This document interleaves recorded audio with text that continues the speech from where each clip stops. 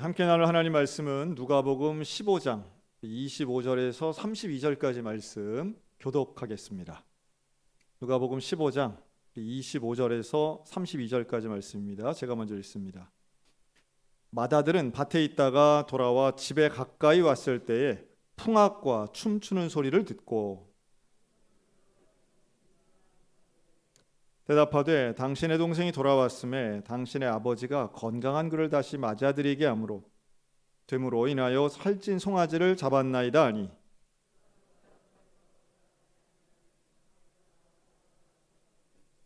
아버지께 대답하이르되 내가 여러 해 아버지를 섬겨 명을 어김이 없거늘 내게는 염소 새끼라도 주어 나와 내 벗으로 즐기게 하신 일이 없더니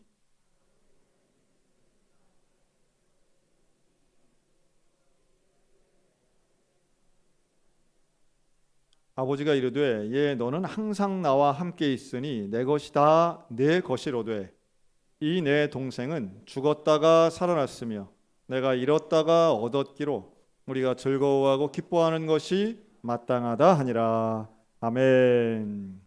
자, 오늘은 누가복음 15장 우리 글쎄요, 이건 뭐 과거엔 탕자의 비유로 많이 알려졌던 이야기고요. 이제 아버지의 비유라고 할 수 있고요. 사실은 주인공은 아버지라고 저는 봅니다. 이 이야기에. 왜냐하면 나갔던 둘째 아들이 이제 돌아오고 그 둘째 아들이 이제 아버지로부터 환영받고 잔치를 여는 데에서부터 이제 오늘 본문이 시작됩니다. 자, 여기 이제 맏아들이 나오는데, 자, 이 스토리는 아들이 이제 두 명인 집이라고 우리가 생각을 해야 되겠죠. 그리고 둘째 아들이 아버지에게 재산 내놓으세요 하고 내 분깃을 받아가지고 가가지고 다 방탕하게 쓰고 결국은 이제 고생해서 사람들에게 무시당하고 뭐 돼지 치다가 쥐염 열매 먹다가 이제 아버지 집으로 오지 않습니까? 자, 그런데 이 아들을 둘째 아들을 위해 잔치를 벌인다는 걸 듣고 이 큰 아들이 아주 분노를 합니다. 오늘 그 제목을 제가 맏아들의 분노라고 했어요. 맏아들의 분노. 아마 이 큰 아들 입장에 공감하실 분들 전 많다고 봅니다. 왜냐하면 여러분 큰 아들이 잘못한 건 뭐죠? 별로 없어요. 큰 아들이 잘못한 것을 찾기가 좀 어려워요. 자, 일단 뭐 화난 거가 좀 문제다 이렇게 볼 수 있겠지만 왜 화를 냈는지를 보면 이 맏아들의 분노에는 충분히 공감할 부분들이 있어요. 자, 첫째, 이 큰 아들이 왜 화를 냈을까요? 첫째는 잔치를 벌이는 것을 몰랐어요. 그러니까 물어보죠. 야, 이게 무슨 일이야? 그랬더니 종이 대답을 합니다. 27절. 그 동생분이 오셔가지고 도련님이라고 이렇게 작은 도련님, 동생분이 오셔가지고 지금 이렇게 주인 어른께서 그를 맞이해서 이렇게 좀 잔치가 벌어졌습니다. 자, 상식적으로 이런 집안의 큰 일은 맏아들이 먼저 알아야 돼요? 종이 먼저 알아야 돼요? 그렇죠? 집안에 좀 잔치가 벌어졌어요. 그것도 살찐 송아지를 잡는 거예요. 제일 좋은 식재료 잡고 이거 뭐 큰 돈 들어가는 어마어마한 잔치인데 갑작스럽긴 하지만 아니 희한하게도 벌써 사람들이 많이 모여서 막 음악 소리도 나요. 춤추는 소리도 나요. 누구만 모르는 것 같아요? 큰아들만 모르는 것 같아요. 여러분 아무리 좋은 의도를 가지고 좋은 결과가 나와도 내가 배제되면 그 일은 좋은 거예요? 안 좋은 거예요? 교회 일 하다 보면 이게 아주 중요한 부분이 됩니다. 나 그거 몰랐어 이러면 이거는 모든 서운함과 삐지는 것에 동기부여가 이제 될 때가 있어요. 아주 결과도 너무 아름답고 다 좋아해. 그런데 나만 몰랐어. 이건 천인공로, 하늘이 무너지고 이런 법은 없다가 됩니다. 특히나 그걸 몰랐던 내가 그걸 제일 먼저 알아야 할 자격이 있는 사람이라고 생각할수록 그 서운함은 더 커요. 그렇겠죠? 자, 내가 여전도회 회장이에요. 그런데 우리 여전도회가 나 빼고 싹 가장 정말 100% 다 모여가지고 100% 맨날 안 나오던 사람도 권면해가지고 그냥 같이 가자 해서 다 모여가지고, 나만 몰랐어, 모여가지고 요 바우하우스에서 밥을 먹었다고 해보세요. 그래서 너무 화기애애하고 즐겁고 좋았어. 그래서 장기 결석자도 다 회복시키고 이제 다 나와서 이제 신앙생활 잘하자고 했어. 그 다음 주부터 나는 어떻게 돼요? 그 여전도에 나 없이 참 잘했네. 나 없이 아주 참 열매를 맺었네. 아이고, 낙심했던 사람 잘 회복시켰네. 잘했어요 하겠어요? 아니면 이런 법은 없다고 하겠어요? 여러분, 우리가 잘 생각해 보세요. 이게 처신이라고 하는 게 사실은 결과가 좋고 아무리 좋아도요, 결국 내가 배제되면 과정을 문제 삼게 됩니다. 참 중요해요. 그러니까 지금 오죽하면 금메달 따고도 지금 뭐 이런 법은 없다고 막 우리 선수가 하잖아요. 되게 얼마나 억울하고 속상했으면 금메달 딸 때까지 가만히 있다가 금메달 따고 그냥 협회가 너무하다고 얘기하잖아요. 왜냐하면 그래야 들어주니까. 뭐 하고 싶은 말들 많을 거예요. 그 뭐 아마 부글부글 했겠지. 그러면 협회에 있는 50대, 60대 남성들을 향한 이 사회의 시각이 어떤 것인가를 명확하게 보여줍니다. 이 사회는요, 50대, 60대 남성들을 어떻게 보느냐 하면 일은 안 하면서 대접은 받고 싶어 하는 그야말로 고인물이라고 봐요. 특히나 거기서 하여튼 뒤에 뭐 이사, 임원, 장 이렇게 붙은 사람들은 다 묶어서 싹 갈아엎어야 돼의 대상이 되곤 합니다. 아주 하나도 쓸모없어. 다 없어져야 돼. 아주 그냥 그 사람들만 없으면 우리가 잘 될 거야. 신기하죠? 근데 여러분, 그 협회에 있는 분들은 어떻게 그 협회의 임원들이 됐을까요? 어떤 협회든지, 뭐 축구든 뭐 레슬링이든, 지금 레슬링도 심각하죠. 메달 못 따가지고. 뭐 유도든 배구든 농구든 지금 구기 종목, 단체 구기 종목 하나도 올림픽 못 나갔어요. 남성 경기는.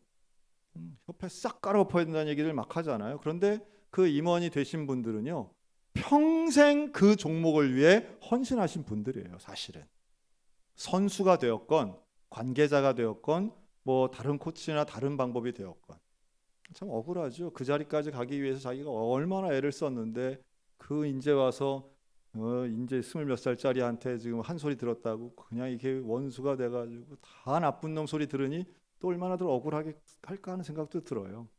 이럴 줄 몰랐겠죠. 어디나 내가 배제되면 결과에 상관없이 분노하게 됩니다. 조금 이런 생각도 해봐요. 이 아들한테 좀 미리 좀 알려좀 주지 하는 생각도 들긴 들어요. 그러나 또 한편에는 이거 좀 몰랐다고 그렇게 화를 내나 하는 생각도 듭니다.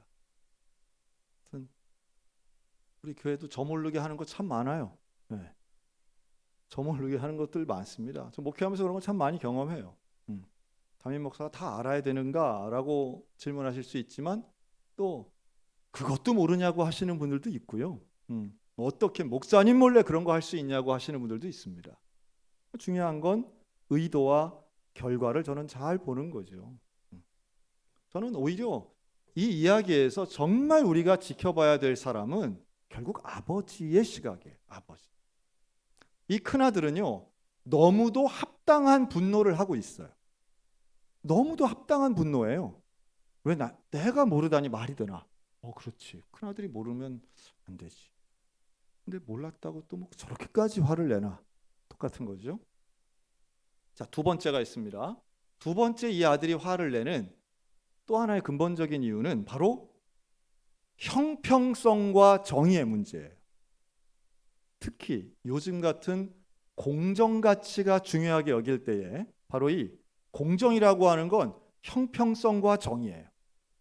형평성이라고 하는 건 같은 상황에선 같은 평가를 해야 되는 거예요. 그렇죠? 정의롭다라고 하는 건 선과 악을 명확하게 구별하는 거예요. 그래서 선은 상을 주고 악은 벌을 주는 것. 이게 정의예요. 그러니까 형평성은 사람마다 조금 다르게 생각할 수 있어도 형평성은 방법에 대한 거고요. 정의는 원칙에 대한 거예요. 그러니까 방법은 뭘까요? 상을 줄 때 일정하게 줘야 되는 거예요. 누구는 금 하나 주고 누구는 금 3개 주면 이건 형평성에서 안 맞는 거예요. 같은 결과를 가지고. 자, 이 마다들이 제기한 형평성의 원리는 바로 이겁니다. 가장 핵심적인 단어가 하나 있는데 그게 바로 살찐송아지입니다. 살찐송아지. 이 아버지가 살찐송아지를 마다들을 위해서 잡은 적이 없는 거예요. 그런데 참 이것도 좀 이상하지 않습니까? 송아지면 송아지지 또 살찐 송아지라고 하면 더 특별하게 보이잖아요. 더 특별하게. 그냥 그렇게 보이는 거예요. 살찐 송아지. 그런데 이 큰아들이 뭐라 그래요? 나와 내 친구들을 위해서는 염소 새끼 하나도 주신 적이 없는데 이러면 됩니까? 라는 거예요. 다시 말해 목사님이 오여전도에는 커피를 2잔 사주시고 또 그러니까 또 오여전도에 상처받을라. 모여전도에는 커피를 2잔 사주시고 우리 여전도에는 커피를 1잔도 안 사주시고 이게 말이 됩니까? 뭐 이런 거예요 지금. 여러분 이 마다들의 항변, 이 마다들의 주장은 정당한가요? 정당하지 않은가요? 저는 이거 정당하다고 봅니다. 특히 뭘 받는 입장에서는 이거 내가 당연히 사실은 이 마다들이 이야기하는 건 염소 새끼를 달라는 게 아니죠. 이 둘째 아들, 내 동생은 이걸 받을 자격이 없다는 거예요. 자, 이것은 정의의 문제예요. 정의는 아까 뭐라고요? 잘못한 사람은 뭘 받아야 돼요? 벌을 받아야 되는 거예요. 아버지의 재산을 창기하고 다 나눠 먹은 죄를 짓고 돌아온 이 아들에겐 벌을 줘야 되는데 왜 살찐 송아지에 상을 주냐는 거예요. 자, 이 말 맞아요? 틀려요? 그렇네. 최소한 아무것도 안 주든지 해야지. 뭐 굶길 수는 없으니 똑같은 밥을 먹어야지. 이게 무슨 특혜를 주느냐라는 거죠. 여러분 먹는 거 심각합니다. 먹는 거 가지고요. 사실은 마음 상할 때가 많아요. 그리고 내가 받아야 할 것을 저 사람이 받는다? 이거 참아내기 어렵습니다. 자, 내 동생은 나가서 내 아버지의 재산을 창기하고 다 헤쳐먹었죠. 그런데 이 마다들은 오늘 읽은 25절 어디에 있다가 이 소리를 들어요? 밭에 있다가. 이 큰아들은요 이날도 일했어요. 이날도 밭에 나가서 일한 거예요. 얼마나 성실한지 몰라요. 그러니까 말하잖아요. 내가 아버지 말을 단 한 번도 어긴 적이 없다고 말해요. 아버지 말을 어긴 적이 없고 나는 지금까지 성실하고 오히려 아버지의 재산을 늘리면 늘렸지 내가 이렇게 충성했는데 나한테는 염소도 하나 안 주더니 이놈한테는 송아지가 웬 말이오? 라는 거죠.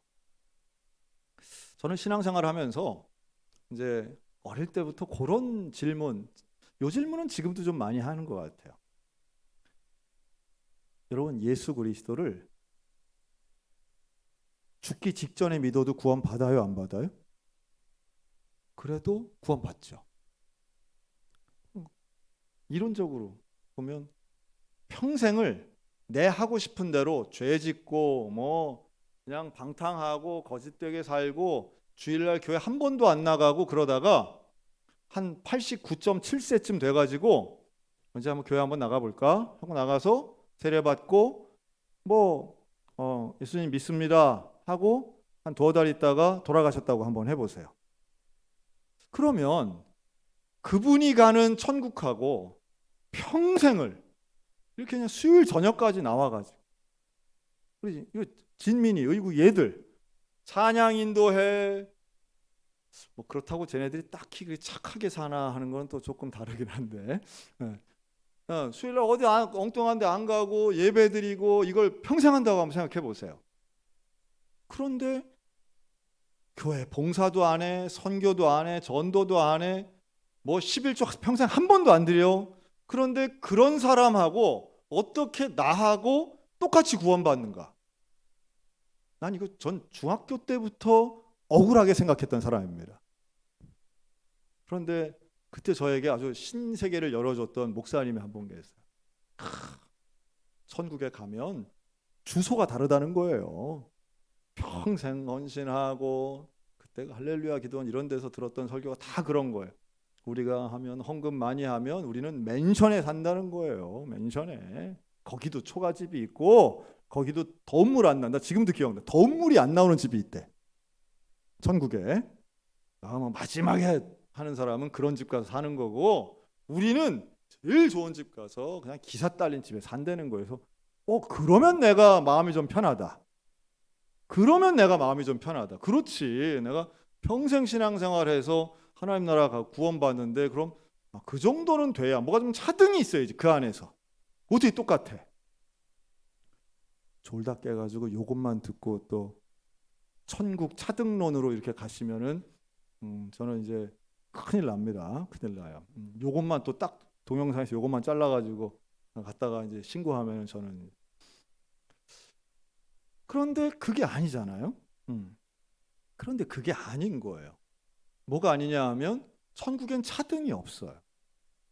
천국에는 젊을 때 봉사 많이 했다고 해서 하나님 나라 가서 더 많은 무슨 소위 말해 금멸류관 이런 거 없어요. 그냥 재미있으라고 정말 옛날 목사님들 그런 표현을 쓰신 것 뿐이지 실상 그렇지 않아요.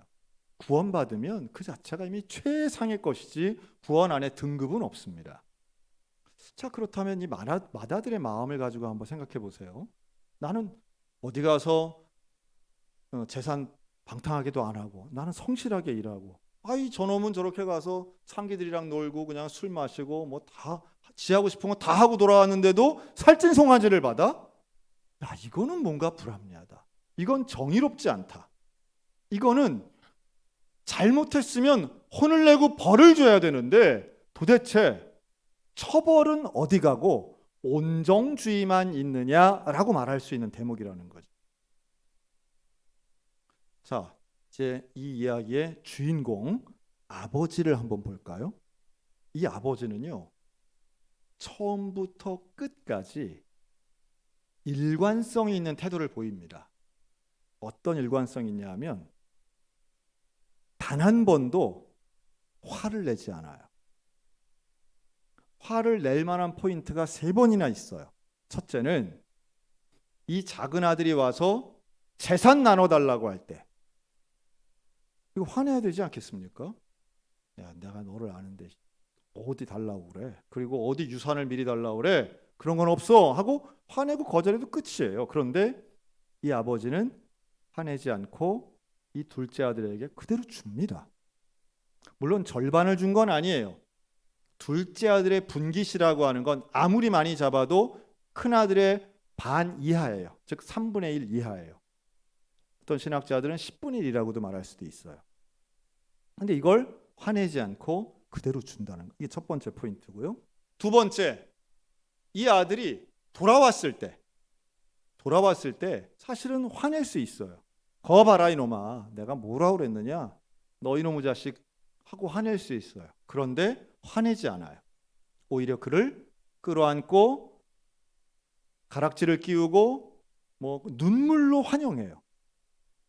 그리고 세 번째 화낼 수 있었던 포인트는 바로 이 맏아들이 화낼 때예요. 여러분, 이 살찐송아지 누구 거예요?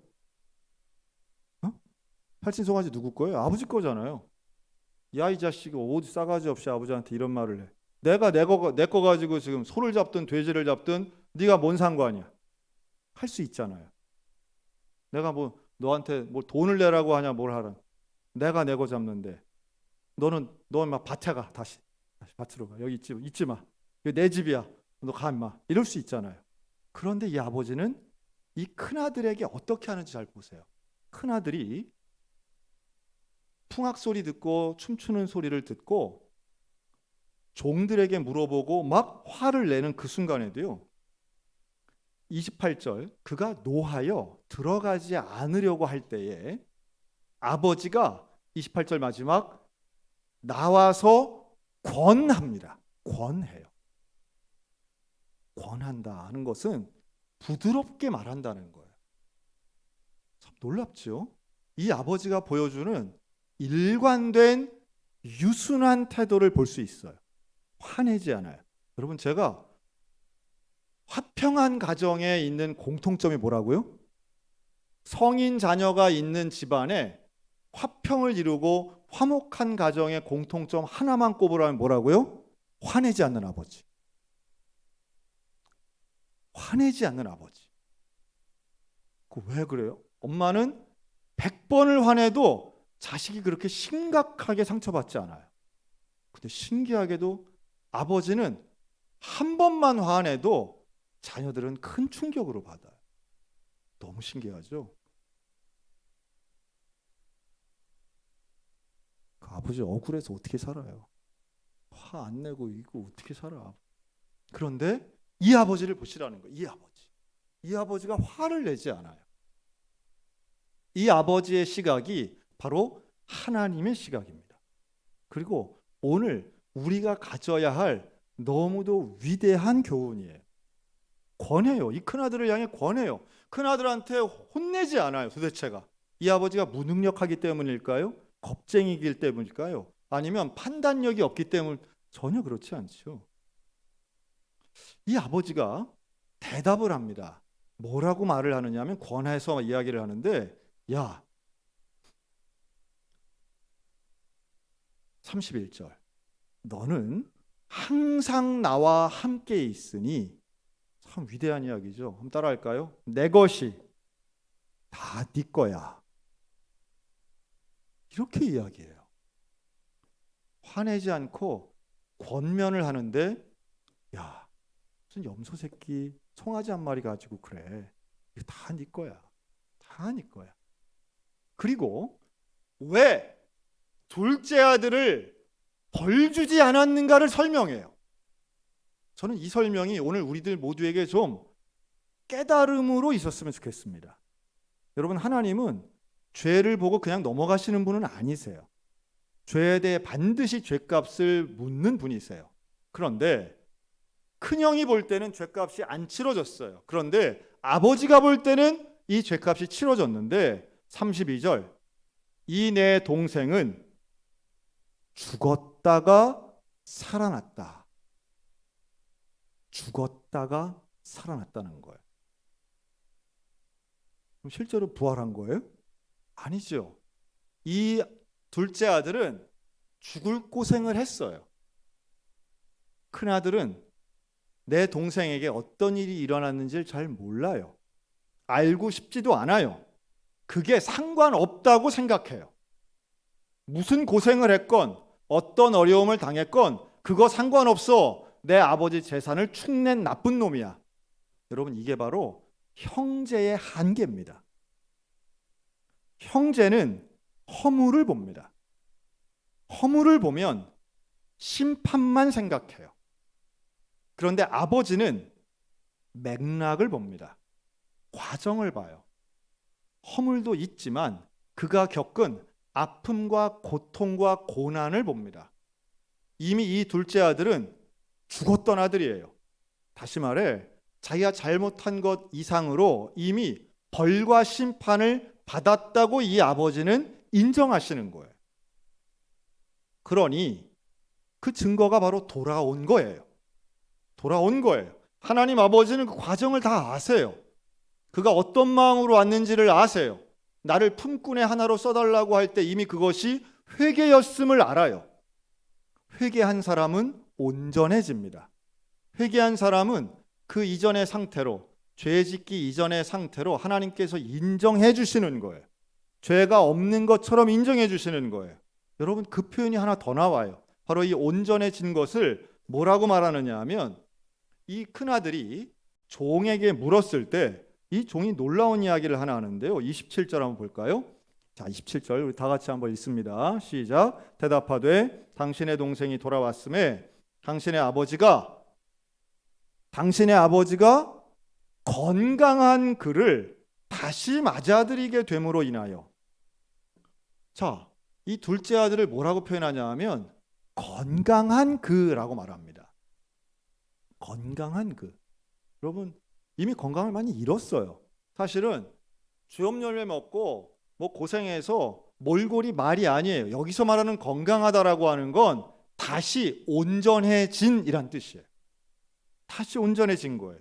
종도 아니고 이젠 더 이상 죄인이 아닌 마치 우리가 회개를 통하여 하나님의 형상을 회복한 것 같은 온전한 건강한 상태를 이야기합니다. 이게 바로 우리 사중복음에 있는 신유예요.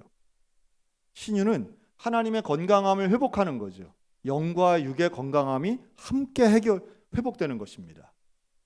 이 아들은 아버지께로 돌아옴으로 건강해졌어요. 온전해졌어요. 관계도 회복됐어요. 이 모든 과정이 사실은 심판을 당하고 회개했고 그리고 용서받은 과정이 이 안에 들어있는 겁니다. 다시 말해 이 아버지는 정의의 눈감은 무능력하거나 비겁한 아버지 아니세요. 이 아버지는 아들의 모든 과정을 잘 아세요. 형평성이 어긋난 것 같지만 아버지가 하는 말은 야 이건 다 네 거야. 네 게 아니라면 만약 큰아들이 아니라 종이라고 하면 종끼리는 형평성이 동일하게 적용돼야 하지만 아들에겐 그렇지 않은 거예요.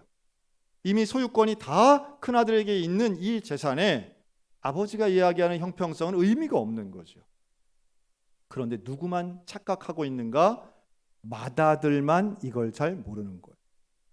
맏아들은 자기의 좁은 시각을 가지고 아버지를 평가하고 동생을 평가합니다.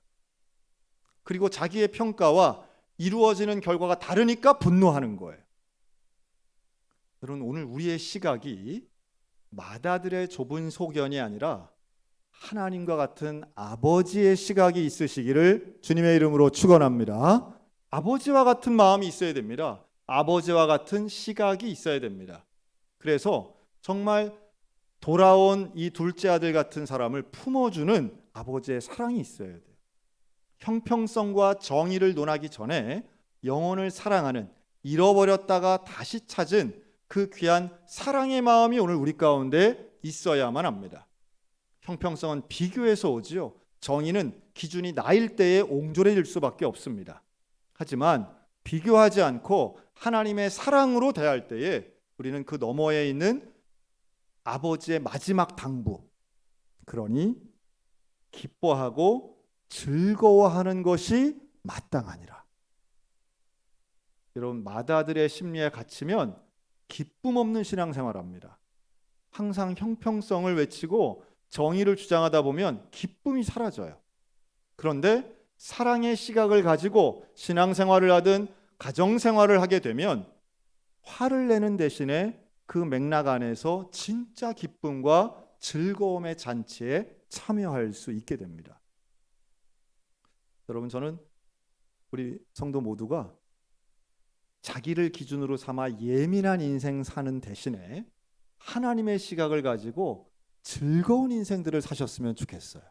정말 행복한 삶과 즐거운 삶에, 그래서 내 집에서 치루어지는 잔치에 참가하지도 못하고 함께 참여하지도 못하고 속상해하고 억울해하는 이것만큼 큰 손해가 어디 있겠냐는 거예요.